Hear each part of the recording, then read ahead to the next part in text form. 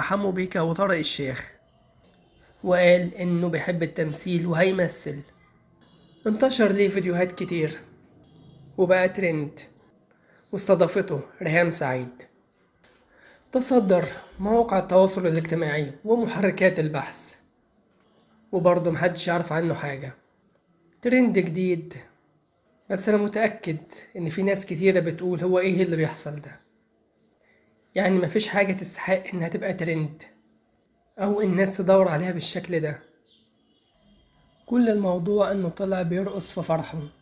الناس لما شافته وصفوه إنه ده أصغر عريس في مصر، وبعد كده الموضوع بدأ يتشهر بشكل مش طبيعي، مع إن برضه مفيش موضوع. جاله عقد في ديسكو في منطقة هضبة الهرم، وقال إنه هيشتغل معاه مؤدي المهرجانات ريشا كوستا، وهيغني معاه في منطقة هضبة الأهرام، وهيغني مع حمو بيكا وريشا كوستا وطارق الشيخ.